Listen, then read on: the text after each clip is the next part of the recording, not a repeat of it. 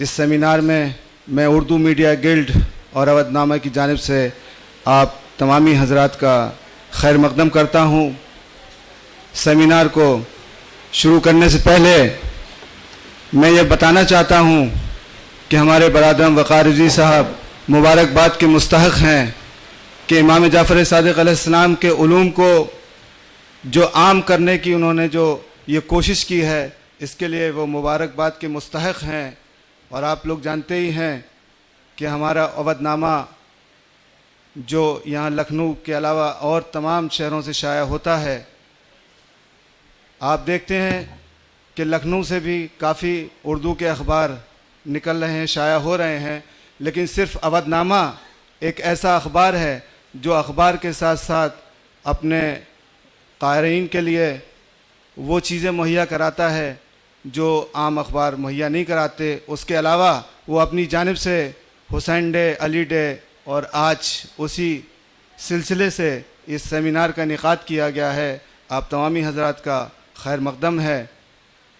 تو اس سے پہلے کہ سیمینار کی شروعات کی جائے، میں سب سے پہلے گزارش کر رہا ہوں جناب آفتاب رضا صاحب سے کہ وہ تشریف لائیں ڈائس پر، اور اس کے بعد مولانا قائم مہندی بارہ بنکوی صاحب سے گزارش ہے کہ وہ تشریف لائیں۔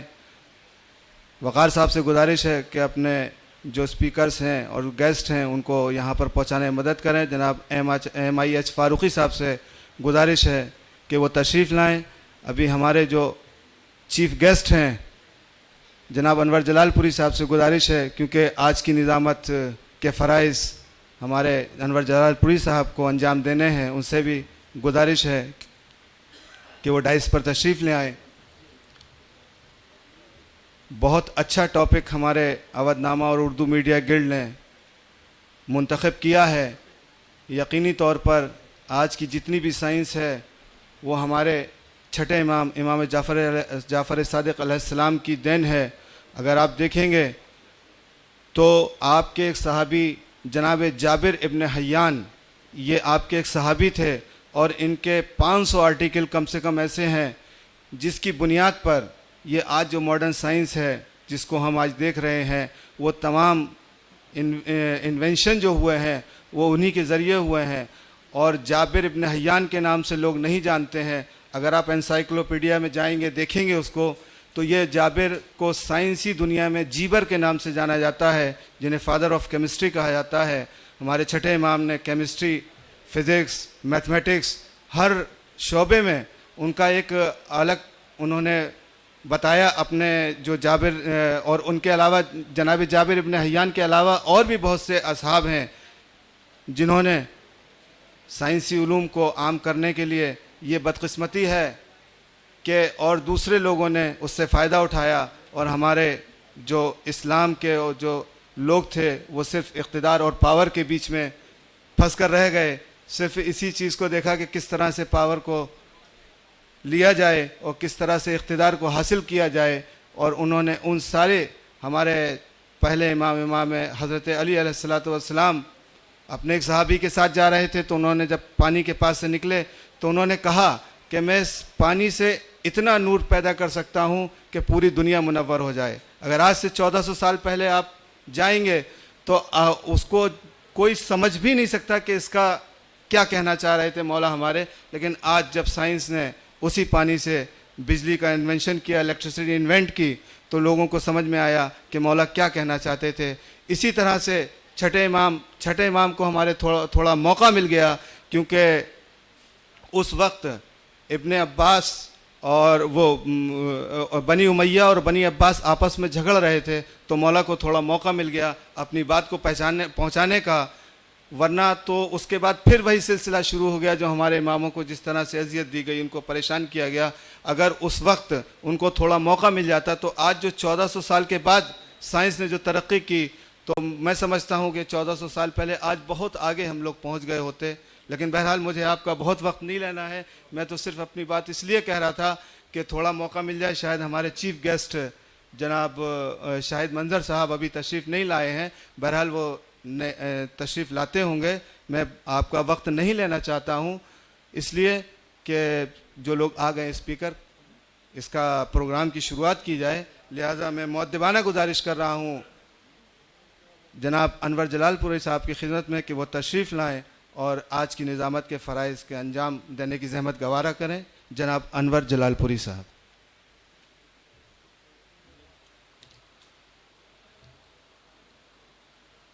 دانشوران عہد حاضر، محترم قائم مہدی صاحب، محترم اقتدار فاروقی صاحب، محترم آفتاب صاحب، اور یہاں جو لوگ بھی بیٹھے ہیں یہ اس طرح کے سامعین نہیں ہیں جیسے عام جلسوں میں سامعین ہوا کرتے ہیں۔ یہاں ہر شخص ایک شخصیت ہے، ہر فرد ایک انفرادیت ہے، اس لیے میں سب کی عظمتوں کو اور سب کی انفرادیت کو سلام عرض کرتا ہوں۔ مشاعروں کی نظامت کے سلسلے میں میں جلال پور سے لے کے امریکہ، واشنگٹن اور نیو یارک اور نہ جانے امریکہ کے کتنے شہروں میں کئی بار جا چکا ہوں۔ اس سے میری شہرت بڑھی، مجھے پیسے بھی ملے، لیکن آج آپ نے مجھے جو کام سونپا ہے اس سے میری عاقبت کا بھی سوال ہے، تو میں شکریہ ادا کر رہا ہوں، احسان مند ہوں کہ مجھے آپ نے ناظم کی حیثیت سے ایک ایسا فریضہ انجام دینے کے لیے حکم دیا ہے جس کا مجھے ثواب بھی ملے گا، جس کی مجھے نیکی بھی ملے گی، جس سے میری عاقبت کا سوال ہے۔ اس لیے میں شکریہ ادا کر رہا ہوں وقار بھائی کا اور اردو رائٹرز گلڈز کا، اودھ نامہ اخبار کے تمام ذمہ داروں کا۔ دوستو، میں اس بات کی مبارکباد دینا چاہتا ہوں کہ میں نہیں کہہ سکتا کہ حضرت امام جعفر صادق پر پہلی مرتبہ یہ جلسہ ہو رہا ہے یا سیمینار ہو رہا ہے یا اس سے پہلے ہو چکا ہے، اس عنوان پر یہ مجھے نہیں معلوم ہے، لیکن آئیے محترم تشریف، لیکن یہ سوچ کہ ہماری اسلامی تاریخ میں جو مفکرین، جو سائنٹسٹ، جو دانشور، جو عبقری شخصیتیں پیدا ہوئی ہیں، ان شخصیتوں نے دنیا انسانیت کو، علم کی دنیا کو جس طرح سے متاثر کیا ہے اس کو ہمیں سمجھنا بھی چاہیے، اور ہمیں اہل علم، وہ چاہے ہندوستان کے اہل علم ہوں چاہے دنیا کے دیگر ملکوں کے، ہمیں انہیں سمجھانا بھی چاہیے۔ ہم اگر صرف سمجھ بیٹھے تو اتنا فائدہ نہیں ہوگا جتنا ہم دوسروں کو سمجھا لے گئے کہ ہماری 1400 سال کی جو ایک تاریخ ہے، اسلامی تاریخ، اس تاریخ نے بھی اتنی عظیم شخصیتوں کو پیدا کیا ہے جن شخصیات نے دنیا اسلام کی دانشوری کو متاثر کیا ہے۔ اگر ہم لوگوں کو یہ سمجھا لے گئے تو یہ ہمارا ایک بہت نیک کام اور کارنامہ ہوگا۔ حضرات، اسلامی تاریخ و خصوصاً خاندان نبوت نے ایسے ایسے دانشوروں کو پیدا کیا ہے کہ ان کو صحیح طریقے سے اگر ہم پڑھ لیں تو ہمارے علم میں اتنا اضافہ ہو جائے گا کہ ہمارا دل اور دماغ دونوں روشن ہو جائے گا، اور ہم اگر دنیا کو بتا لے جائیں کہ خاندان نبوت کے جو افراد تھے ان میں کیا علمی گہرائی تھی، کیا دور اندیشی تھی، کردار کی کیا پاکیزگی تھی، اور انسانیت کے لیے ان کے دل و دماغ میں کتنی روشنی تھی، اگر ہم یہ سمجھا لے جائیں تو دنیا ششدر اور حیران ہوگی کہ آخر ان باتوں کا ہمیں علم کیوں نہیں ہے۔ تو میں مبارکباد دے رہا ہوں اودھ نامہ کے ذمہ داروں کو، وقار بھائی کو، کہ ایک بہت بڑا کام انہوں نے اس وقت کیا ہے۔ دراصل ہم یہ جانتے ہیں کہ دنیا میں بہت بڑی شخصیتوں میں جو نام ہے وہ افلاطون، ارسطو، ساکریٹیز، ان لوگوں کا نام ہے۔ پورا یورپ جو ہے ساری گفتگو یہیں سے شروع کرتا ہے اور آ کر کے اپنے سائنسدانوں کو پوری دنیا پر ان کے علوم کو پوری دنیا کے ذہنوں پر مسلط کرنے کی کوشش کرتا ہے اور مسلط ہو بھی چکا ہے۔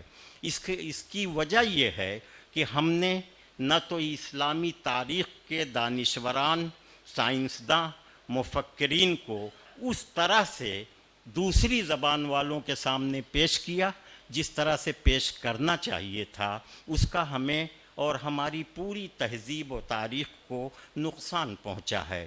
ہم ہندوستان کے اپنے برادران وطن سے بھی یہ بات کہنا چاہتے ہیں کہ ہندوستان نے پوری دنیا کو جو علوم کی برتری دی اسے بھی صحیح طرح سے یورپ کو نہیں سمجھایا جا سکا۔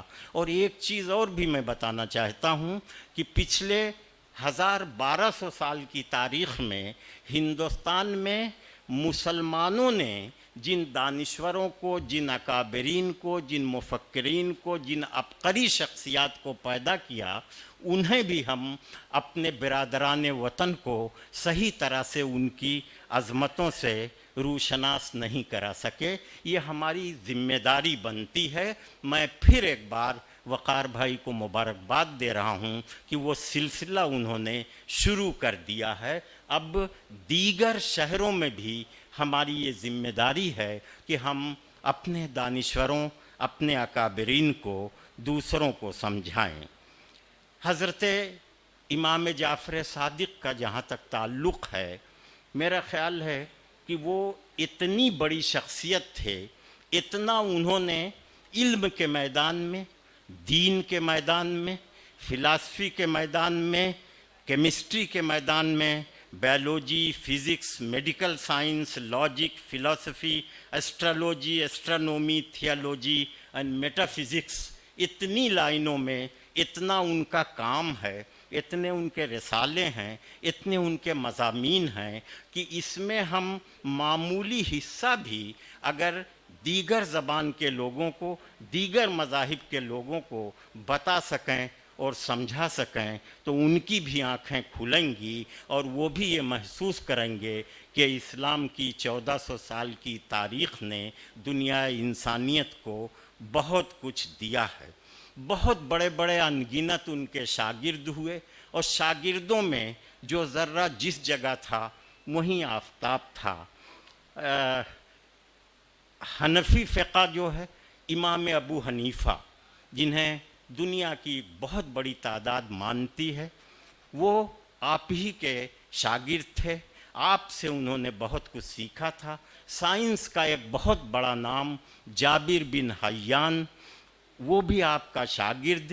اس کے بعد ہزاروں لوگ ایسے ہیں جن کی شخصیتوں نے علم کے خزانے میں اضافہ کیا ہے، وہ بھی آپ کے شاگرد رہے۔ میں یہ ساری گفتگو اس لیے کر رہا ہوں کہ آج مجھے بے انتہا خوشی ہو رہی ہے کہ کم سے کم اس حوصلے کو عمل میں لانے کی کوشش کی جا رہی ہے کہ ہم دنیا کو یہ بتا سکیں کہ ہمارے اکابرین نے انسانیت کو اپنے علوم اور اپنی دانشوری سے کیا کیا فائدے پہنچائے ہیں۔ آج یوم اساتذہ ہے، ٹیچرس ڈے ہے، تو ظاہر ہے اس موقع پر حضرت امام جعفر صادق کے سلسلے میں اس عنوان پر کہ ان کی شخصیت و جدید سائنس، یہ عنوان جو جس نے بھی اس کا انتخاب کیا وہ بھی مبارکباد کا مستحق ہے، اس لیے کہ ان کو سمجھنا اس وقت بڑی ضرورت ہے۔ جہاں ایک بات اور میں بتاؤں کہ علم اس وقت، تعلیم اور علم کی گفتگو ہر جگہ ہو رہی ہے، خاص طریقے سے مسلمانوں کے مجمع میں یہ کہ مسلمانوں کو علم اور تعلیم حاصل کرنا چاہیے۔ جب ہم علم کی گفتگو کرتے ہیں تو سب سے پہلے ہماری نظر غار حرا پر جاتی ہے اور اقرا سے ہم سلسلہ علم کا شروع کرتے ہیں۔ اس کے بعد پھر یہ سلسلہ جب آگے بڑھتا ہے تو ہمیں آ کے وہاں رکنا پڑتا ہے جہاں یہ کہا گیا کہ انا مدینۃ العلم وعلی بابھا۔ یہاں سے پھر علم کا کی ایک نئی برانچ آتی ہے۔ جب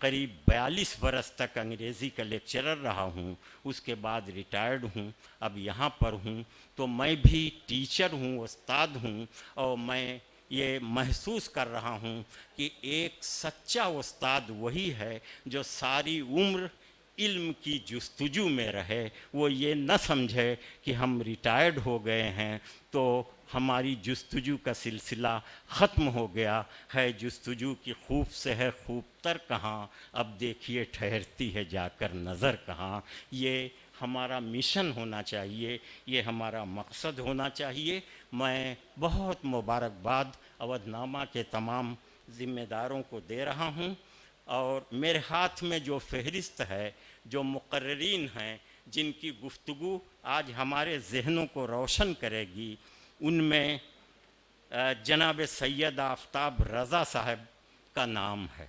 یہ اتنے سادے میں لکھ دیا گیا ہے کہ جیسے یہ کوئی ایک عام آدمی، یہ پورا اودھ نامہ، اس کا سارا جلوہ جو ہے یہ آفتاب رضا صاحب کی شخصیت کا پرتو ہے۔ فیض آباد میں جب علم، دانشوری اور قانون اور سمویدھان، دستور ہند، ان موضوعات پر جب کبھی پیچیدگی پیدا ہوتی ہے تو لوگ تلاش کرتے ہیں محترم آفتاب رضا صاحب کو۔ میرا بہت پرانا دوستانہ ہے ساتھ ہے، وہ میرے اتنے کرم فرما ہیں کہ میں ان کا شکر گزار نہیں بلکہ ان کا احسان مند ہونے کا دعویٰ کروں تب بھی لفظ ہلکا پڑے گا۔ مجھے 2 سال پہلے سرکار نے اتر پردیش مدرسہ ایجوکیشن بورڈ کا چیئرمین بنا دیا تھا۔ میں آفتاب بھائی کا احسان مند ہوں، وہ پہلے آدمی ہیں جنہوں نے میری شخصیت پر، مجھ گنہگار پر ایڈیٹوریل لکھا تھا۔ شاید یہ پہلا واقعہ ہو کہ میرے جیسے چھوٹے آدمی کو کسی عہدے پر آنے پر کوئی اخبار ایڈیٹوریل لکھے۔ اس میں آفتاب بھائی کی محبت، خلوص، عالی ظرفی، کیا کیا میں الفاظ استعمال کروں۔ بہرحال انہوں نے پچھلے 40 برسوں میں جس طرح سے مجھے دیکھا تھا، ان کے دل پر اتنا اثر تھا کہ انہوں نے میرے بارے میں، مجھ گنہگار کے بارے میں ایڈیٹوریل لکھا، تو وہ میرے محسن ہیں، اور آج اگر ہیں تو میں پھر ایک بار ہمیشہ ان سے گفتگو کر کے میں اپنی معلومات میں اضافہ کرتا ہوں۔ آج ان کی تقریر سن کر کے میں اپنے دل و دماغ کو روشن کرنا چاہتا ہوں۔ محترم سید آفتاب رضا صاحب، ایڈوکیٹ، فیض آباد۔ قرآن حکیم پر ریسرچ کرنے والے جناب فاروقی صاحب، ایک عالم دین قائم مہدی صاحب، اور ان کو مخاطب کرنے کے پاس میں محسوس کرتا ہوں کہ میرے پاس الفاظ نہیں ہیں، یعنی انور جلال پوری صاحب جو اس سیمینار کی نظامت فرما رہے ہیں۔ کنوینر سیمینار سے میرا رشتہ نازک بھی ہے، محترم بھی ہے، اور ایک اور شخصیت برادر محترم سراج مہدی صاحب تشریف لا رہے ہیں، اور اس سیمینار میں تشریف فرما سبھی محترم خواتین حضرات، اور بالخصوص وہ ٹیچرز جن کو آج انعام کے لیے منتخب کیا گیا ہے۔ ابھی میرے برادر عزیز نے اپنی ابتدائی گفتگو میں یہ فرمایا کہ آج کا یہ موضوع جو اس سیمینار کے لیے منتخب کیا گیا ہے غالباً لکھنؤ میں اچھوتا ہے۔ میں ان کی بات کی تائید کرتا ہوں، میرے علم میں بھی نہیں ہے کہ اس کے پہلے اس موضوع پر کوئی سیمینار یہاں منعقد ہوا ہو، لیکن اتنا ضرور عرض کروں گا کہ کئی اعتبار سے اس موضوع کے دور رس نتائج ہیں، علم کے اعتبار سے بھی، ادب کے اعتبار سے بھی، دین کے اعتبار سے بھی، حالات حاضرہ کی ضرورتوں کے اعتبار سے بھی، اور سب سے اہم اعتبار یہ ہے کہ عقل کے اعتبار سے بھی۔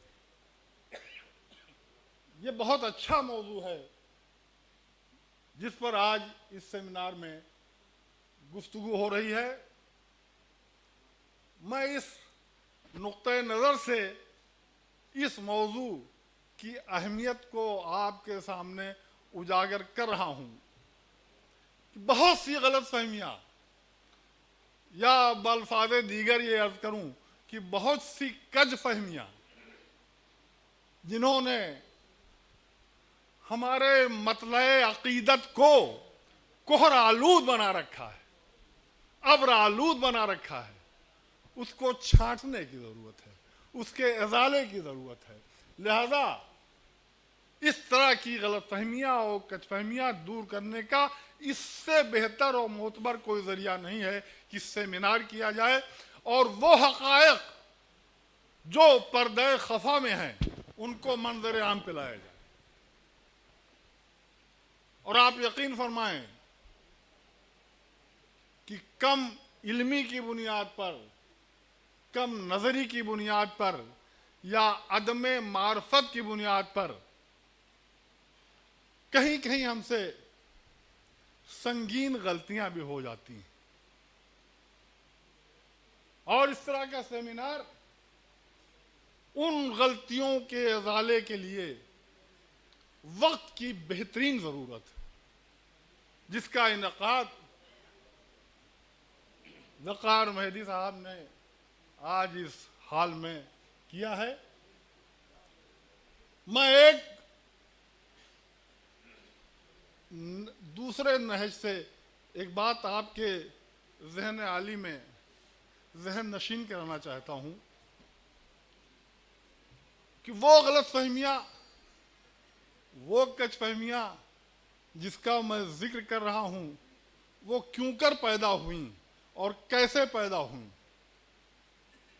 معاف کیجئے گا، میں نہ کسی پر طنز کر رہا ہوں، نہ تبصرہ کر رہا ہوں، نہ کوئی فرد، نہ کوئی تنظیم میری گفتگو کا ہدف یا نشانہ ہے، بلکہ جو گفتگو میں کر رہا ہوں عقل کی روشنی میں کرنا چاہتا ہوں، اور یہ پوری ذمہ داری کے ساتھ کہہ سکتا ہوں کہ اگر اسلام دین مساوات ہے، اگر اسلام دین انسانیت ہے، تو اسلام دین عقل بھی ہے، اور اگر آپ نے عقل کو اسلام سے الگ کر کے سمجھنے کی کوشش کیا تو اسلام فہمی ہرگز ممکن نہیں۔ ابھی ماہ سیام کا مبارک مہینہ جس سے ہم لوگ گزرے ہیں، مجھے صرف اشارتاً آپ کو متوجہ کرنا ہے کہ آپ نے یہ محسوس کیا ہوگا کہ رویت ہلال کے سلسلے میں جو اختلاف شروع ہوا تو آخر تک باقی رہا، ماہ سیام تمام ہو گیا، اختلاف اپنی جگہ پر باقی رہا۔ اسی نہج سے میں نے عرض کیا کہ یا تو کم علمی کی بنیاد پر، یا تو کم نظری کی بنیاد پر اس طرح کی غلطیاں ہم سے ہو جاتی ہیں، اور جبکہ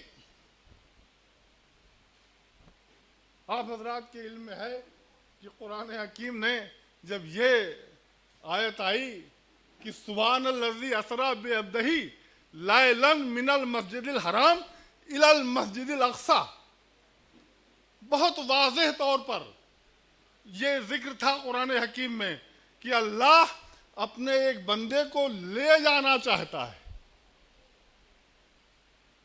مسجد نبی سے لے کر مسجد اقصی تک۔ تو جب لفظ بندے کا استعمال ہوا تو بندہ مرکب ہے جسم سے بھی اور روح سے بھی،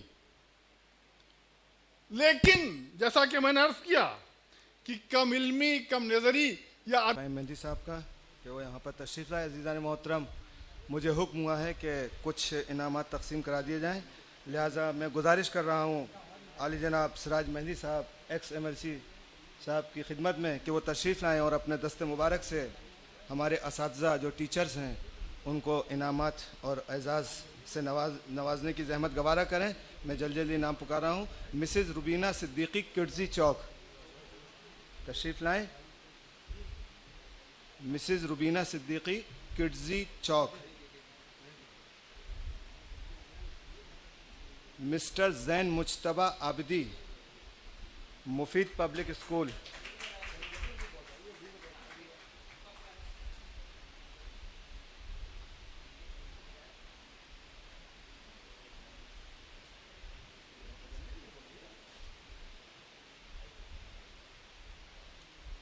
مسٹر زین مجتبی عابدی تشریف لا رہے ہیں. Mrs Asiya Rizvi Saint Joseph school. Miss Asiya Rizvi Saint Joseph school. اس کو صحیح لکھ دیا کریے سب میں. مس آسیہ رضوی تشریف لا رہی ہیں. مسز کنیز زہرا یہ فاؤنڈر ہیں کڈزی کالج کی سرفراز گنج.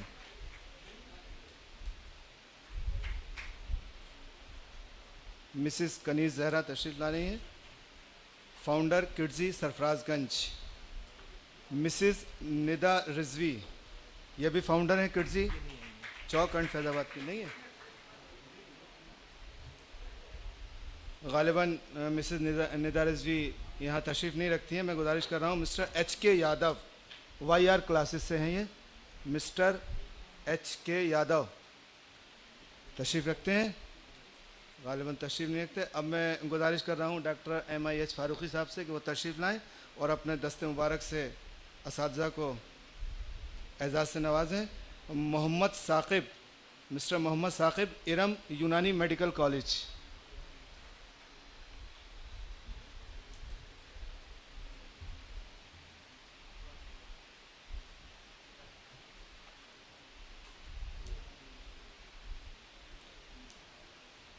عذرا یاسمین ارم کانوینٹ اندرا نگر.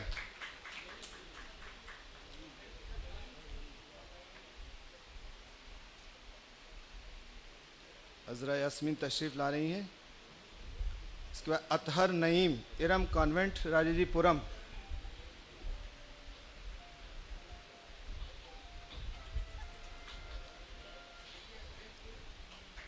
اطہر نعیم ارم کانوینٹ راجی پورم تشریف لا رہے ہیں. Syed Waqar Ahmad Iram convent Kursi road.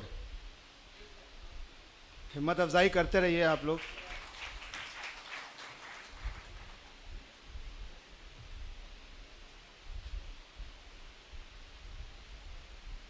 Mister Tara Dutt Pathak Iram convent Indira Nagar.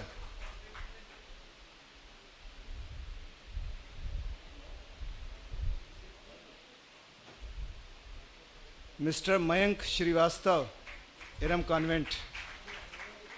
Mister Mayank Srivastava تشریف لا رہے ہیں ارم صاحب مینک صاحب. حمیرہ خان ارم کانوینٹ.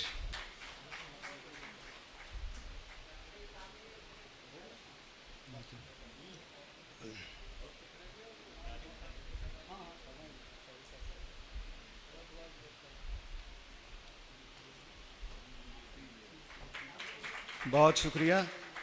حالانکہ مجھے نہیں کہنا چاہیے لیکن چونکہ گرمی بہت ہے اور کافی وقت ہو چکا ہے لہٰذا یہ کام تو ناظم صاحب کا ہونا چاہیے. لیکن میں گزارش کروں گا اپنے مقررین سے کہ لوگوں کی تکلیف کو دیکھتے ہوئے کم وقت میں جتنا زیادہ سے زیادہ ہم لوگوں کو وہ دے سکیں.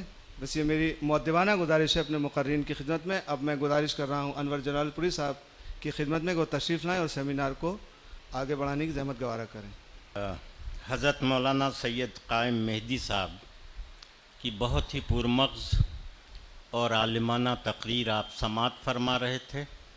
جسم اور روح کا کیا رشتہ ہے، آج کی سائنس جسم اور روح کے رشتے کو کس طرح تسلیم کرتی ہے اور اس دور میں اس رشتے کو کس طرح سے سمجھا گیا تھا، اور آج کی سائنس اور اس زمانے کی سائنس کے بھی ایک تقابل کی ضرورت ہے کہ اس وقت جب کہ اتنا ڈیولپمنٹ نہیں ہوا تھا لیکن ان کے پاس ایک بصیرت کی نگاہ تھی جو وہاں تک دیکھ لیا کرتی تھی جہاں تک آج کے سائنسداں اپنے تصورات کو بھی نہیں لے جا سکتے. اس لیے اس وقت کی جو سائنٹیفک سوچ تھی وہ بڑی باوضو سوچ تھی. میں یہ عرض کرنا چاہتا ہوں اور اس لیے میں محترم قائم مہدی صاحب کو مبارکباد کیا دوں. میں نے ان کی گفتگو سے بہت کچھ سیکھتا رہوں گا.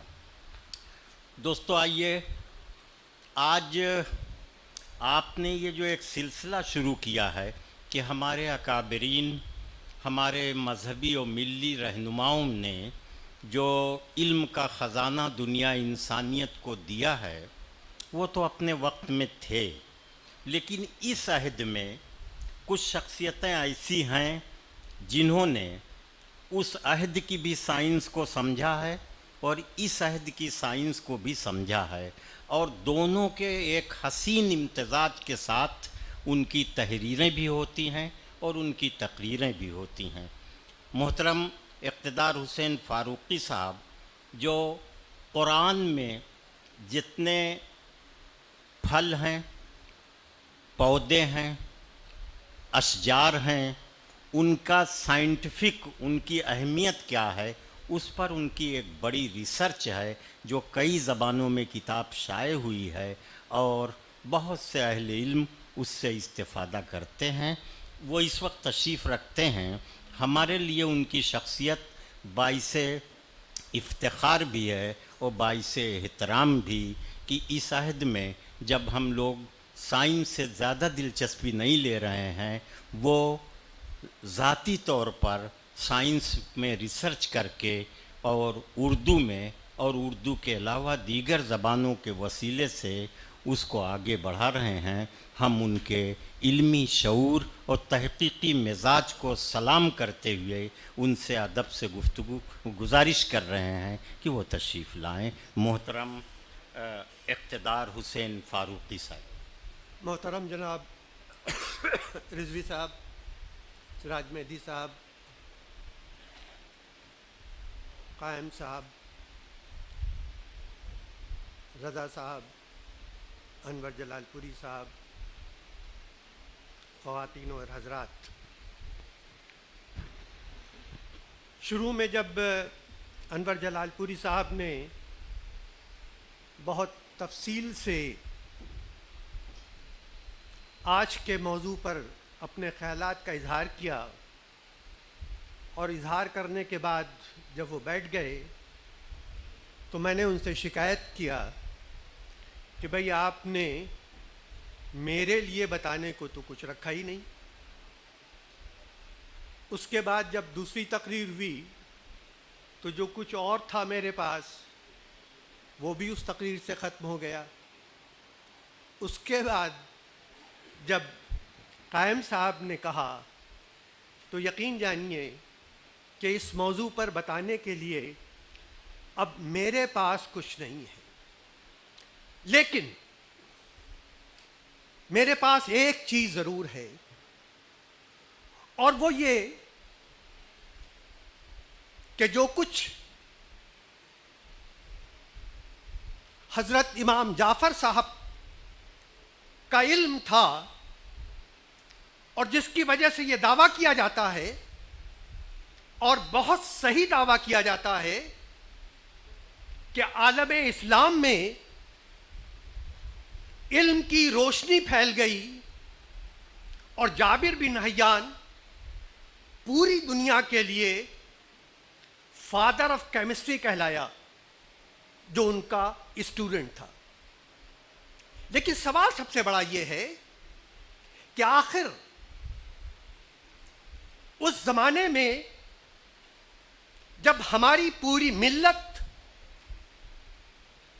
دنیا کی قیادت کر رہی تھی اور اس کی بنیاد یقیناً سائنس تھی، اور اس سائنس کو شروع کرنے میں یقیناً حضرت امام جعفر صاحب کا بہت بڑا کنٹریبیوشن تھا.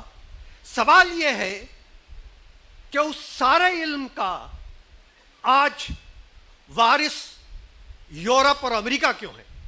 ہم کیوں نہیں ہیں؟ اصلی سوال یہ ہے، سوال سب سے بڑا یہ ہے کہ امت مسلمہ کا عروج کیوں تھا اور اس کا زوال آج کیوں ہو گیا؟ رسول کریم نے فرمایا تھا کہ میں تمہارے لیے جو دو چیزیں چھوڑ کے جا رہا ہوں وہ ہے ایک قرآن اور ایک اہل بیت۔ تو کیا یہ قرآن اور یہ اہل بیت جو ہمارے لیے رسول چھوڑ کے گئے تھے وہ صرف اس دنیا کو سنوارنے کے لیے تھے یا اس دنیا کو بھی سنوارنے کے لیے تھے؟ اور کیا یہ سچائی نہیں ہے کہ ہم نے قرآن کو ایک سائنسی فکر کی حیثیت سے دیکھا، ہم نے اہل بیت کو ایک سائنسی فکر کی حیثیت سے دیکھا اور دنیا کی قیادت کی؟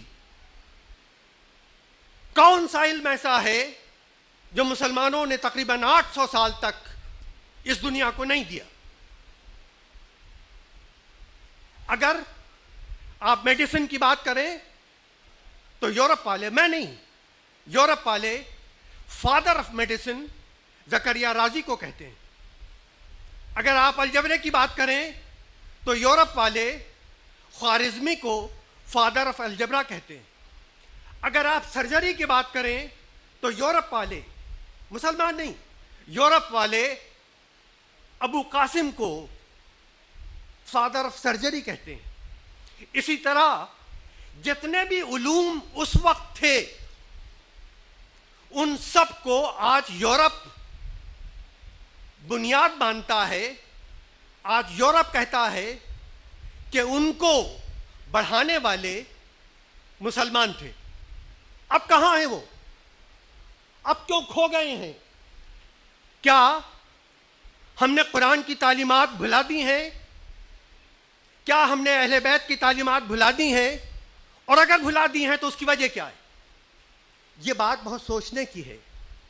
ہمارا عروج و زوال اس کے ذمہ دار ہم ہیں، ہمارے زوال کی ذمہ دار یورپ نہیں ہے۔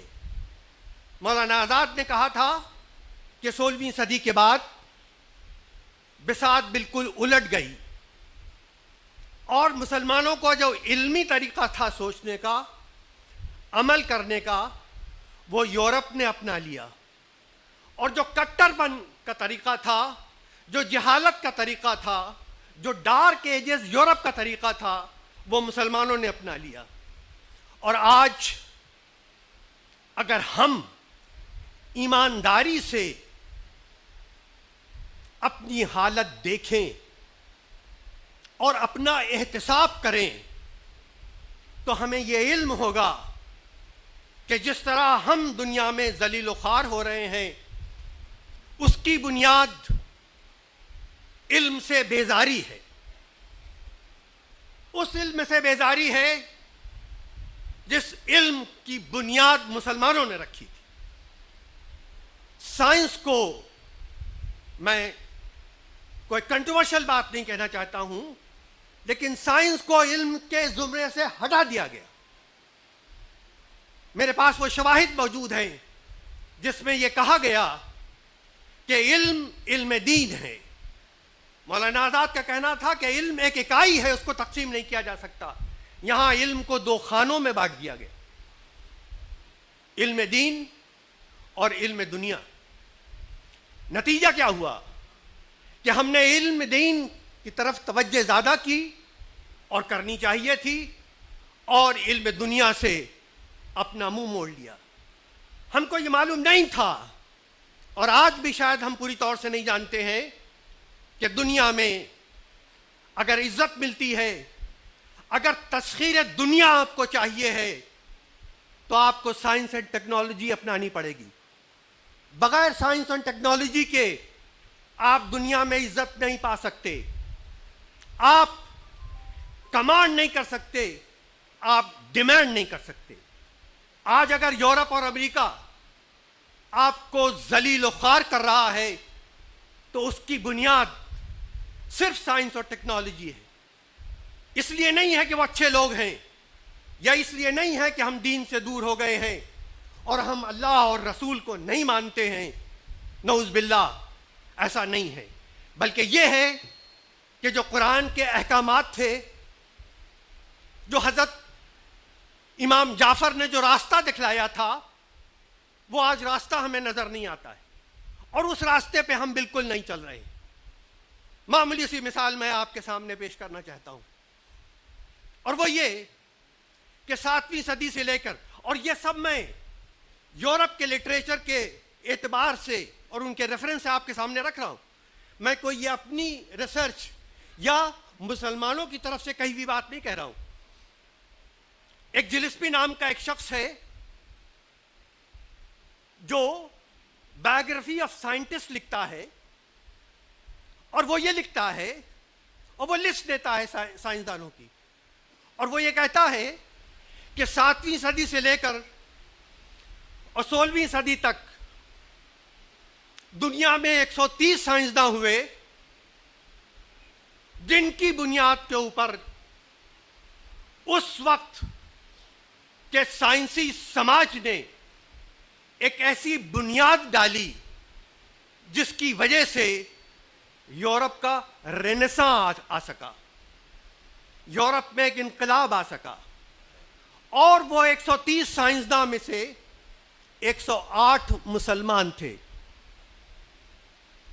یعنی 7ویں صدی سے لے کر اور 16ویں صدی تک جتنی بھی سائنس تھی اس میں سے 90% سائنس مسلمانوں کے پاس تھی، 22% تقریباً نون دنیا میں مسلمانوں کی آبادی تھی۔ آج بساط الٹ چکی ہے، آج 99% سائنس یورپ اور امریکہ کے پاس ہے، 1% بمشکل سائنس مسلمانوں کے پاس ہے۔ ایسا انقلاب کیوں آیا؟ اس کے ذمہ دار کون ہے؟ کیا اس لیے ہم دوسرے ذمہ دار ہیں کہ انہوں نے 200 سال ہمارے ملکوں کو کالونی بنائے رکھا؟ آخر اس وقت ہم کیوں کالونی بن گئے تھے؟ ہم کیوں حکومت نہیں کر پا رہے تھے؟ اس کی کیا وجہ تھی؟ معمولی سی مثال میں آپ کو اس وقت دینا چاہوں گا۔ اس وقت ساری دنیا کا G D P 65 trillion dollar ہے، ساری دنیا کا، جس میں پیٹرول سمیت 57 ملکوں کا G D P 3 trillion dollar ہے۔ یعنی مسلم آبادی 25%، مسلمانوں کے پاس معاشی دولت 5%۔ اور آپ اسپین دیکھیے، اس وقت کا اسپین دیکھیے، کہا جاتا ہے کہ اسپین کی آمدنی پورے یورپ کی آمدنی سے زیادہ تھی 500 سال تک۔ آئیے اسپین میں جو مسلمانوں نے کارہائے نمایاں انجام دیے ہیں ان کی ایک چھوٹی سی مثال آپ کے سامنے پیش کروں۔ میں کسی زمانے میں جرمنی میں تھا، وزٹنگ سائنٹسٹ کی حیثیت سے گیا ہوا تھا۔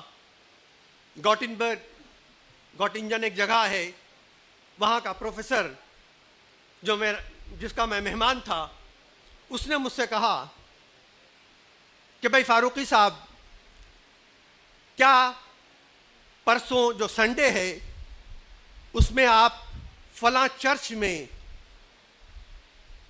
اس پریسٹ کا جو لیکچر ہوگا وہ سننا چاہیں گے؟ میں نے کہا میں ضرور سننا چاہوں گا۔ وہ یہ سمجھا کہ شاید یہ مسلمان ہیں اور چرچ میں جانا پسند نہ کریں۔ میں نے کہا نہیں، میں لیکچر سننا چاہوں گا۔ چنانچہ اتوار کو وہ پروفیسر آئے، مجھے یہ عبرت کی بات میں آپ کو بتا رہا ہوں، اور وہ مجھے لے گئے اور چرچ میں نے پریسٹ کی تقریر سنی۔ اس وقت بھی مجھے، جس وقت میں نے ان کی تقریر سنی تھی، اس وقت بھی مجھے بہت سی اسلامی ہستیاں میرے ذہن میں آ چکی تھی۔ لیکن بہرحال وہ تقریر میں نے سنی اور میں نے حیرت میں تھا کہ ایک پریسٹ تقریر کر رہا ہے تقریباً 50 منٹ کی تقریر، جس میں 40 منٹ وہ مائکرو بایولوجی پہ بولتا رہا. میں بھی چھوٹا موٹا سائنسداں ہوں، بہت سی باتیں میرے سر سے گزر گئیں. میں حیرت میں تھا کہ ایک پریسٹ وہ بتا رہا ہے کہ دنیا میں مائکرو بایولوجی کیا ہے، اس کا اسٹیٹس کیا ہے، اس کی ترقی کیا ہے، اس سے فائدے کیا ہیں، اس سے نقصانات کیا ہیں. جب دوشنبے کو، منڈے کو میں ڈپارٹمنٹ آیا تو پروفیسر روڈولف تھا. اس نے مجھ سے کہا کہ doctor Farooqui did you like that lecture? میں نے کہا yes professor Rudolf, it was a wonderful lecture, but one thing I could not make out how a priest was talking about microbiology and that too in such a depth. وہ مسکرایا اور اس نے جو بات مجھے بتائی، اور اس بات بتانے کے بعد اس نے جو اسلام پر کمنٹ کیا ہے وہ آپ سن لیجئے. اس نے یہ کہا کہ جرمنی میں 50% جو پریسٹ ہیں وہ سائنس میں پی ایچ ڈیز ہیں. 50% جرمنی کے مختلف چرچز کے جو پریسٹ ہیں وہ سائنٹسٹ ہیں، وہ پی ایچ ڈی ہیں سائنس میں. اور جو باقی 50% ہیں وہ یا تو پوسٹ گریجویٹ ہیں سائنس میں، یا آرٹس میں پی ایچ ڈی ہیں. تو میں نے جب حیرت کا اظہار کیا تو اس کا ایک جملہ تھا کہ doctor Farooqui why you are surprised? Don't you think that a priest having the knowledge of science is an Islamic tradition of Islamic Spain? Don't you think that Abu Qasim Zahrawi was a religious scholar and a father of surgery? Don't you think that Ibn Rushd was a great philosopher, a great physician, and a great Islamic scholar? That was the tradition of Spain.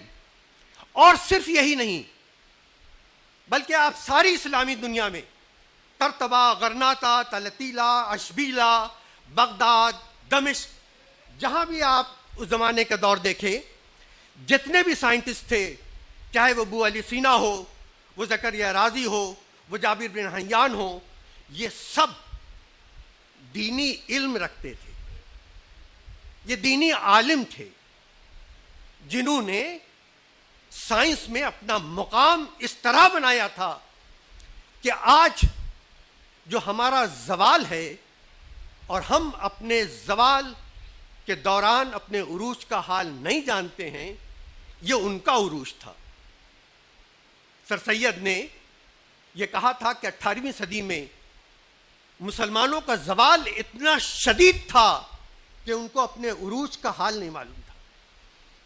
آج جو باتیں حضرت امام جعفر کے متعلق بتائی گئی ہیں، بہت ادب کے ساتھ عرض کرنا چاہوں گا کہ کتنے مسلمان جانتے ہیں.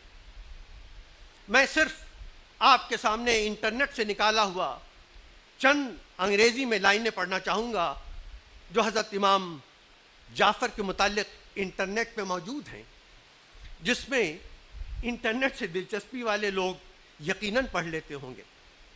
Although Imam Jafar is perhaps most famous as the founder of Islamic fiqh, known as Jafari jurisprudence, he had many other accomplishments. He was the teacher of many subsequent Muslim scholars, such as the founder of other Islamic schools of jurisprudence. He is revered by Naqshbandi Sufi chain.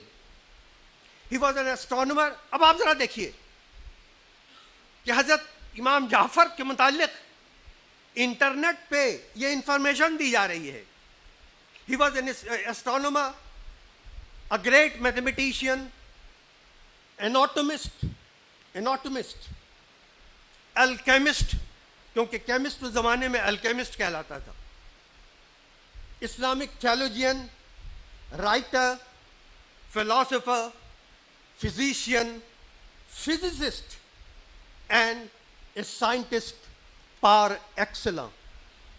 ذرا آپ سوچئے کہ ایک ایسی شخصیت جس کے متعلق کہ غیر مسلم یہ الفاظ لکھ رہا ہے, یہ جملے لکھ رہا ہے, اس کے متعلق ہم لوگ علم نہیں رکھتے ہیں، یا کم سے کم یہ تو طے ہے کہ ہم اس کے وارث ہونے کا دعویٰ نہیں کر سکتے۔ ٹھیک ہے، ہم ان کا اکثر نام لیتے ہیں، ہم ان کی عزت بھی کرتے ہیں، ان کو یاد بھی کرتے ہیں، لیکن کیا ان کے اس بتائے ہوئے راستے پر ہم آج چل رہے ہیں؟ ہم اگر اپنا احتساب کریں تو ہم کو کہنا پڑے گا کہ ہم ان کے راستے پہ نہیں چل رہے ہیں اور قرآنی فکر کو سائنسی فکر سے تعبیر نہیں کر رہے ہیں۔ He was also adept at natural sciences known at that time. The famous Islamic alchemist جو سبھی بتا چکے ہیں، ابو موسیٰ جابر ابن حیان، جس کو جابر کہا جاتا ہے، عام طور پہ یہ اعتراض ضرور ہوتا ہے کہ یورپینس نے جابر کا نام جابر کر دیا ہے۔ میں سینکڑوں نام جانتا ہوں کہ جو عربی سے اور لیٹن میں آئے اور لیٹن سے انگریزی میں آئے اور وہ سب بدل گئے ہیں، لہذا میرے نزدیک وہ کوئی بہت اہم بات نہیں ہے۔ لیکن میں نے پیرس یونیورسٹی کی میڈیسن فیکلٹی میں جو بڑی فوٹوگرافس لگی ہوئی ہیں، پینٹنگز، اس میں جو سب سے سینٹر پہ جو فوٹوگراف لگی ہوئی ہے پینٹنگ، وہ جابر بن حیان کی ہے۔ یعنی وہ لوگ آج بھی جابر بن حیان کی قدر کرتے ہیں، اور ہم مسلمان جو دعویٰ کرتے ہیں کہ جابر بن حیان حضرت امام جعفر کا اسٹوڈنٹ تھا اور اس نے ساری دنیا میں نام کمایا ہے، وہ عام مسلمان اس سے واقف نہیں ہے۔ He is highly respected by all sects of Muslims for his great Islamic scholarship, pious character and academic contributions. Hazrat Jafar al-Sadiq was known for his liberal views on learning. Liberal views on learning. آج Europe propaganda کرتا ہے کہ صاحب مسلمانوں میں learning کی طرف کوئی لبرلزم نہیں ہے۔ اب آپ ذرا دیکھیے کہ کہا ہی جا رہا ہے کہ ہمارے چھٹے امام he was liberal, he had liberal views on learning، یعنی وہ ہر علم کو حاصل کرنا چاہتے تھے۔ ان کے نزدیک کوئی علم ایسا نہیں تھا جو فائدہ پہنچائے اور اس کو حاصل نہ کیا جائے۔ آپ کو بہت سو معلوم ہوگا کہ علم نافع کے لیے رسول اللہ نے فرمایا تھا کہ جو علم نافع چھوڑ جاتا ہے اس کو آپ مرا ہوا نہیں کہہ سکتے، اس لیے کہ اس نے جو علم نافع دیا ہے وہ اس دنیا میں لوگوں کے کام آ رہا ہے، آپ اس کا نام لے رہے ہیں۔ یہ روشنی، یہ ٹی وی، یہ جتنی سہولیات کی چیزیں ہیں، اینٹی بایوٹکس، ان سب کو جن لوگوں نے ایجاد کیا ہے وہ علم نافع دینے والے لوگ ہیں، اور یہ علم نافع مسلمانوں نے 800 سال تک دیا اور اس کے بعد یہ سلسلہ ختم کر دیا۔ اب صرف چند باتیں، چونکہ وقت ہو گیا ہے اور یہ موضوع ایسا ہے کہ جس میں بہت لمبی بات کرنے کو طبیعت چاہتی ہے، لیکن مولانا قلب صادق صاحب کا اصول یہ ہے کہ بھائی تقریر جو ہے وہ لمبی نہ کیا کرو، اس لیے کہ لوگ جو ہیں وہ اگر اٹھنے لگیں اور اٹھ کے جانے لگیں تو اس کا مطلب یہ ہے کہ تمہاری تقریر سے عاجز آ گئے ہیں۔ اور ایک حدیث بھی میں نے پڑھی ہے، حضرت سلمان فارسی ایک جگہ بیٹھے ہوئے تھے، رسول اللہ ادھر سے گزر رہے تھے، اور مولانا تو یقیناً واقف ہوں گے اس حدیث سے، اور رسول اللہ نے پوچھا کہ بھائی تم جمعے کی نماز کہاں پڑھتے ہو؟ تو انہوں نے کسی مسجد کا نام بتایا. ان کا بھائی تمہارے گھر کے پاس تو فلاں مسجد ہے. تو حضرت سلمان فارسی نے کہا نہیں میں وہاں نہیں جاتا ہوں کیونکہ وہ خطبہ بہت لمبا پڑھتے ہیں اور میرا کام حرج ہوتا ہے. کہا ہی جاتا ہے کہ رسول اللہ کے چہرے پر اتنا غصہ بہت کم ہی آیا تھا جتنا اس بات سے آیا, اور انہوں نے کہا کہ دین کی بات کبھی بھی اتنی تفصیل سے نہ کی جائے کہ لوگ اس سے گھبرانے لگے. لہذا میں بھی اپنی بات ختم کرتا ہوں صرف ایک بات کہہ کر, اور وہ یہ کہ یہ 21ویں صدی ہے. ہم لوگ 7ویں صدی یا 8ویں صدی اور 9ویں صدی کی بات نہ کریں یا اس کو دہرانے کی بات نہ کریں.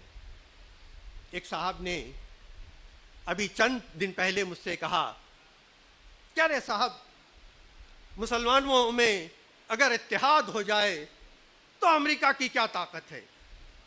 میں نے کہا صاحب کم از کم مجھے نہیں معلوم ہے کہ مسلمانوں میں اتحاد کب تھا, کم از کم تاریخ جتنی میں نے پڑھی ہے مجھے نہیں معلوم ہے.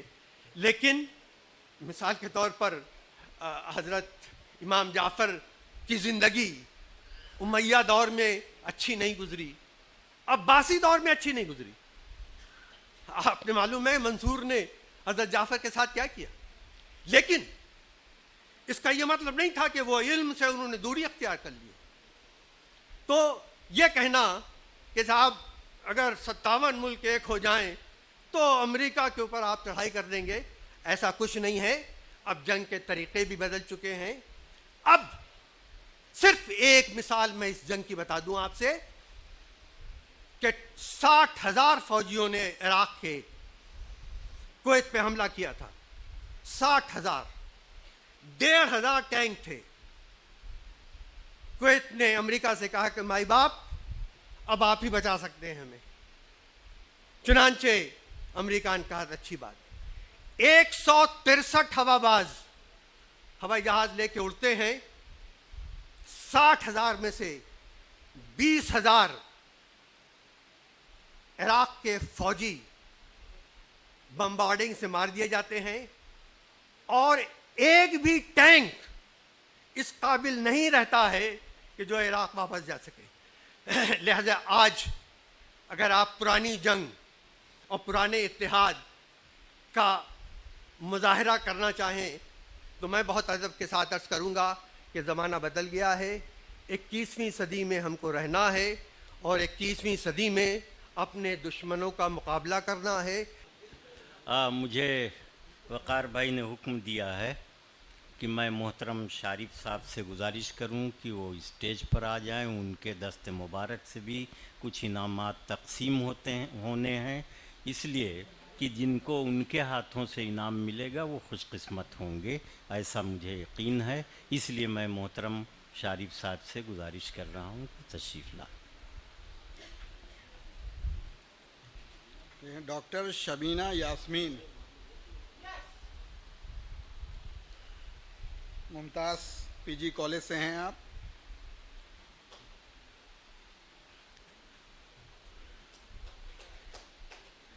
شارف صاحب کسی تعارف کے محتاج نہیں ہیں, وہ ہمیشہ ڈائس کی زینت ہوا کرتے ہیں.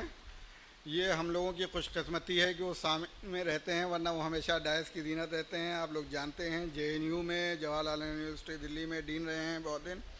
ڈاکٹر عبدالرحیم صاحب ممتاز پی جی کالج سے کو دعوت دیتا ہوں, تشریف لائیں. ڈاکٹر اسعد اشرف صاحب اس کے بعد.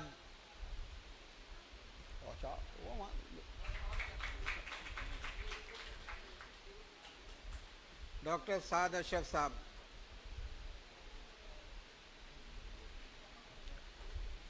اس کے بعد ڈاکٹر مسز نور خان کرامت حسین مسلم پی جی کالج سے اگر تشریف رکھتی ہیں. ڈاکٹر مسز نور خان کرامت گرلس ڈگری کالج وہ تشریف رکھتی ہیں. ڈاکٹر قدسیہ پروین کرامت ڈگری کالج سے.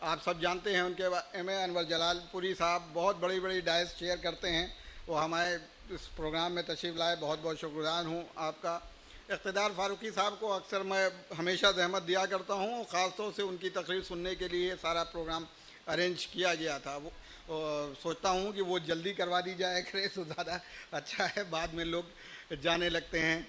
ہمارے شاہد مندر صاحب آج کے سیتاپور میں سی ڈی او بھی ہیں، ایڈمنسٹریٹر شیعہ سینٹرل وقف بورڈ، جو سرخیوں میں اب رہے گا اور رہتا بھی ہمیشہ ہے، اس کی ذمہ داری ہے، اور سیتاپور میں آپ کے پاس ڈی ایم کا چارج بھی ہے، بہت مصروف اس میں وہاں سے تشریف لائے ہیں، بہت بہت شکر گزار ہوں سب کا، قائم مہندی صاحب کا، سراج مہندی صاحب کا، اور سب سے زیادہ مودین حاضرین جو آپ لوگوں نے بہت وقت نکال کے آپ یہاں پہ تشریف لائے۔ بس آپ کے 10 منٹ اور آئیں گے، اس کے بعد ہیں میں ڈائریکٹ شاہد مندر صاحب سے ہی درخواست کرتا ہوں کہ آپ تشریف لے آئیں۔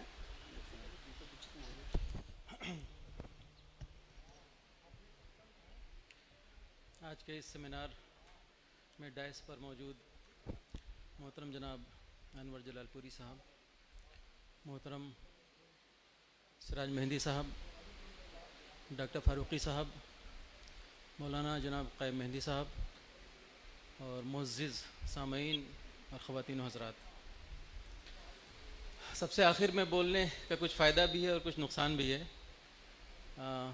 نقصان یہ ہے کہ جیسا کہ ابھی مجھ کو محسوس ہوا کہ حال میں بیٹھے لوگ گرمی کی وجہ سے بے حال ہوئے جا رہے ہیں، تو ایک نقصان یہ ہوتا ہے کہ سامعین کی تعداد کم ہو جاتی ہے، اور دوسرا نقصان یہ ہے کہ جو کچھ آپ سوچ کر آئے ہیں بولنے کے لیے وہ میٹیریل ایگزاسٹ ہو جاتا ہے۔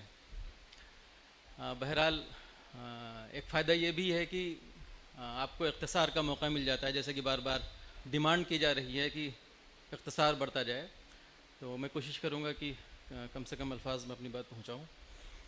ابھی ایک ایسا موضوع تھا جو فاروقی صاحب نے آپ کے سامنے پیش کیا، میں ایک دو جملہ اس سلسلے میں کہنا چاہ رہا ہوں کہ آج جو بتایا جا رہا ہے کہ ایک زمانہ تھا کہ جب عالم اسلام میں سائنسی ترقی کا دور تھا، اور آج ہم سائنس سے بہت دور ہو گئے ہیں، تو اس کا دراصل ڈائگنوسس یہ ہے علاج مرض کی کہ ہم نے جو ڈیفیکٹو پرنسپلس اپنائے امامت کے، اس لیے یہ ساری مصیبتیں سامنے ہیں ہمارے، اور کوئی بھی صراط مستقیم سے اگر ذرا سا بھی انحراف کر جائے تو جتنا سفر کرے گا اتنا ہی صراط مستقیم سے دور ہوتا جائے گا۔ کوئی بھی دیوار اگر تھوڑی سی بنیاد اس کی ٹیڑھی ہو جائے تو ستارے سریہ تک جائے گی تو اتنی ٹیڑھی ہوتی چلی جائے گی۔ تو اگر ان پریشانیوں کے علاج کی ہمیں ضرورت ہے تو ہم کو بنیادوں میں جانا پڑے گا۔ اکثر لوگ بنیادوں میں جانے سے گریز کرتے ہیں، جو کہتے ہیں کہ صاحب یہ تاریخی معاملہ ہے، وہ بات گزر گئی۔ بہرحال میں چونکہ موضوع سے ہٹ کے بات ہے اس لیے اس کے اوپر زیادہ گفتگو کرنے کی ضرورت نہیں ہے۔ آج کا یہ سیمینار یوم اساتذہ کے موقع پر منعقد ہوا ہے، ٹیچرز ڈے سیلیبریشنز کے طور پر ہے یہ، اور یہاں پر جتنے اساتذہ، جتنے ٹیچرز یہاں پر آئے اور ان کو انعامات سے نوازا گیا، وہ سب قابل مبارکباد ہیں۔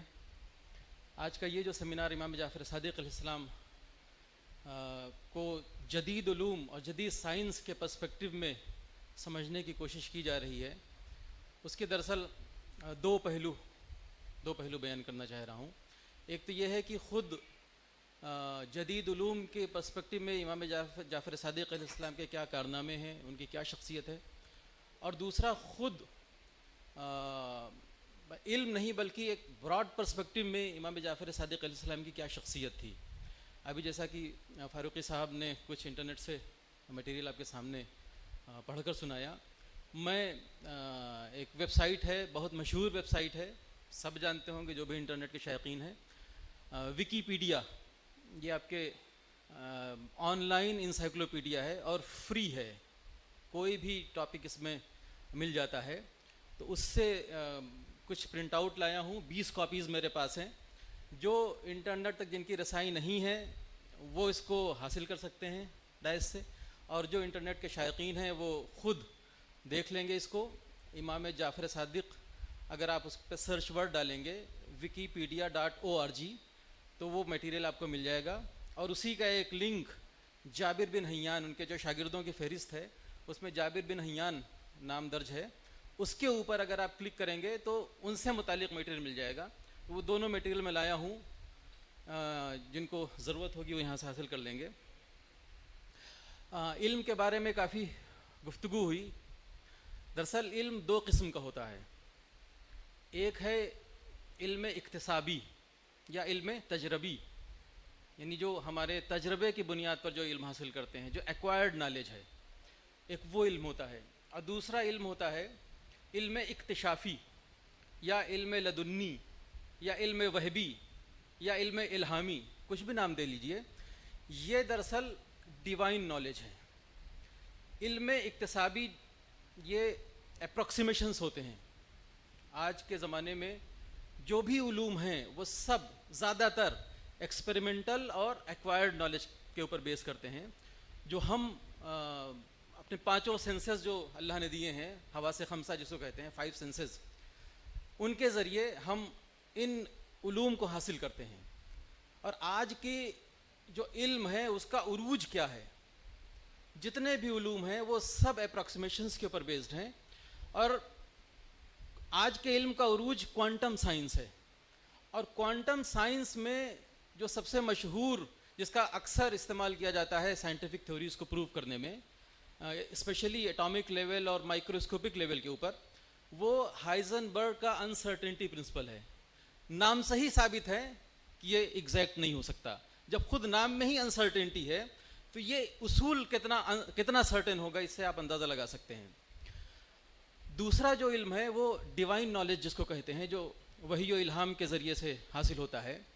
دراصل یہ ہدایت کا ایک شعبہ ہے، اور اس ہدایت کے شعبے میں سب سے جو اوپر فائز ہیں وہ پیغمبر اکرم جناب محمد مصطفیٰ صلی اللہ علیہ وسلم ہیں.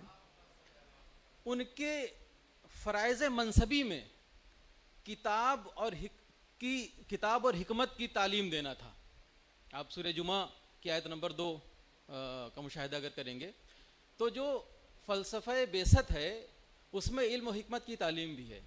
تو علم دینا، علم و تعلم، یہ دراصل نبوت کا ایک شعبہ ہے. اور امامت نبوت کا ایک ایکسٹینشن ہے، الگ سے کوئی چیز نہیں ہے. اگر امامت سے علم ہٹا لیا جائے تو امامت ناقص ہو گئی. امام ہر شے میں امام ہوتا ہے. امام علم میں بھی امام ہوتا ہے، شجاعت میں بھی ہوتا ہے، صداقت میں بھی ہوتا ہے، جود و سخا میں بھی ہوتا ہے. کوئی بھی ایسی خوبی جس کو بطور خوبی آپ تصور کریں وہ سب میں کامل ہوتا ہے. ہم صرف علوم کی حد تک گفتگو کرنا چاہتے ہیں. کافی کچھ باتیں جابر ابن حیان کے سلسلے میں بیان کی گئی، اس لیے مجھ کو ہلکاپن محسوس ہو رہا ہے کہ ان کے بارے میں اب گفتگو زیادہ نہیں کرنی پڑے گی. لیکن جو کارنامے انہوں نے انجام دیے ہیں سائنٹیفک فیلڈ میں، کچھ یہاں پر ٹیچرز تھے کیمسٹری سے تعلق رکھتے تھے اور جو دوسرے علم کے شعبے ہیں ان سے تعلق رکھتے تھے. اگر میں امام جعفر صادق علیہ السلام کے ان کارناموں کا تذکرہ کروں گا تو ہو سکتا ہے کہ بات پہنچنے میں آسانی ہو. جیسے جابر کے بارے میں کہا گیا، دراصل ان کا جو نام ہے اس کے اوپر بھی بحث ہوئی. لیٹنائزڈ نام ہے، اور جو کیمسٹری جنہوں نے پڑھی ہے ان کو فادر آف ماڈرن کیمسٹری کہا جاتا ہے. انہوں نے ان کے نام سے قریب 900 آرٹیکلس یورپین لائبریریز میں ابھی بھی موجود ہیں، جس میں سے 500 آرٹیکلس یا 500 شارٹ تھیسس کہہ لیجئے، اس میں صاف صاف لکھا ہے کہ as dictated by my master امام جعفر صادق. یہ اس سے شروعات ان کی ہوئی ہے. تو اس لیے اگر شاگرد ایسا ہے تو استاد کیسا ہوگا. جابر کے بارے میں اس سے زیادہ کہنے کا اور فائدہ نہیں ہے، کیونکہ یہاں پر دراصل ہم تذکرہ کر رہے ہیں امام جعفر صادق علیہ السلام کا، تو سارا گفتگو کا جو بھی فوکس ہے وہ جابر ابن حیان کی طرف زیادہ ہے. صرف اس لیے میں نے بیان کیا کہ شاگرد سے استاد کو پہچانیے. دوسرا جو علوم کے اعتبار سے یا معرفت کے اعتبار سے کہہ لیجئے کہ ہم معرفت امام کے لیے بھی یہاں بیٹھے ہوئے ہیں، تو معرفت کے بھی دو پہلو ہوتے ہیں. ایک وہ معرفت ہوتی ہے جو کون ہے سے شروع ہوتی ہے. جیسے مثال کے طور پہ میں فلاں فلاں ہوں، میرے باپ فلاں تھے، میرے دادا فلاں تھے، میں فلاں خطے کا رہنے والا ہوں. یہ کون ہے والی معرفت ہے. اور دوسری معرفت ہوتی ہے، یہ ناقص معرفت ہے. ایک دوسری معرفت ہے کہ کیا ہیں، کیا ہے والی معرفت کچھ بہتر ہوتی ہے، وہ کامل ہوتی ہے. مطلب جیسے جیسے آپ معرفت میں اضافہ ہوگا ویسے ویسے اس کی معرفت میں بھی کمال حاصل ہوگا. تو کیا ہے والا مسئلہ جو ہے اس میں ان کی فضیلت کیا ہے، ان کے کارنامے کیا ہیں، ان کا مرتبہ کیا ہے، یہ ساری چیزیں کیا ہے والی معرفت میں آتا ہے. اور آج کے زمانے میں ایک المیہ یہ بھی ہے کہ بہت سے لوگ کون ہیں میں پھنسے ہوئے ہیں.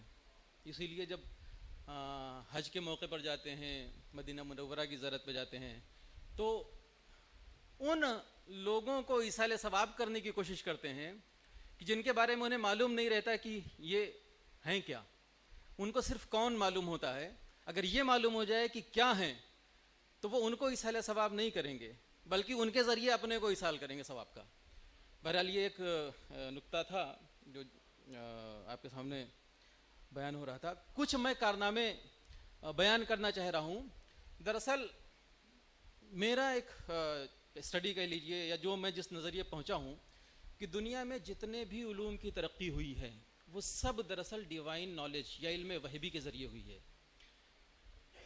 علم اکتسابی تجربے کے بنیاد پر حاصل ہوتا ہے، اور ہم سبھی کی عمر، انسان کی عمر جو ہے وہ 50 سال، 60 سال، 70 سال، 80 سال اسی کے آس پاس رہتی ہے. اور اس زندگی کے دور میں جو کچھ بھی وہ تھوڑا موڑا علم سیکھتا ہے وہ اپنی آگے آنے والی نسلوں کو بتا دیتا ہے. تو اس تھوڑے سے علم میں یہ ممکن ہی نہیں ہے کہ انسان جو ہے علم کی گہرائی تک پہنچ جائے. دنیاوی لوگوں کے بارے میں دیکھا ہوگا، بہت سی سٹوریز آپ نے سنی ہوں گی کہ اچانک کسی کو خواب میں کوئی بہت بڑا علمی مسئلہ حل ہو گیا. جیسے سب سے مشہور آپ نے سنا ہوگا کیمسٹری سے اگر کسی کو واقفیت ہوگی تو بنزین رنگ کا مسئلہ کہ کس طرح سے خواب میں اس کا سلوشن نظر آیا. یا ایک آپ کے شوگر کی ڈائبٹیز کے لیے جو علاج تلاش کیا جا رہا تھا اس میں آپ کے انسولین کی بھی اسی طرح سے ایجاد ہوئی ہے، خواب میں ایجاد ہوئی ہے. اس طرح سے بہت سے ایسے معاملے ہیں جو کشف ہوئے ہیں، وہ سیکھ کے نہیں حاصل ہو سکتے. جب اللہ کی مرضی ہوتی ہے تو وہ ان علوم کو لوگوں پر کشف کر دیتا ہے تاکہ لوگ اپنے مسائل کا حل کریں. اس لیے اس طرح کی روایتیں ہیں، حدیثوں میں بھی اس طرح کا تذکرہ ہے کہ اللہ تب تک کوئی مرض نہیں بھیجتا جب تک کہ اس کا علاج نہ پیدا کر دے. تو یہ سب اللہ کی مشیت ہے، اللہ کی مرضی ہے. جو کچھ ہمارے پاس علم ہے وہ سب دراصل ان الہامی علوم کا نتیجہ ہے جو ہم آج اس ترقی یافتہ دور میں ہیں.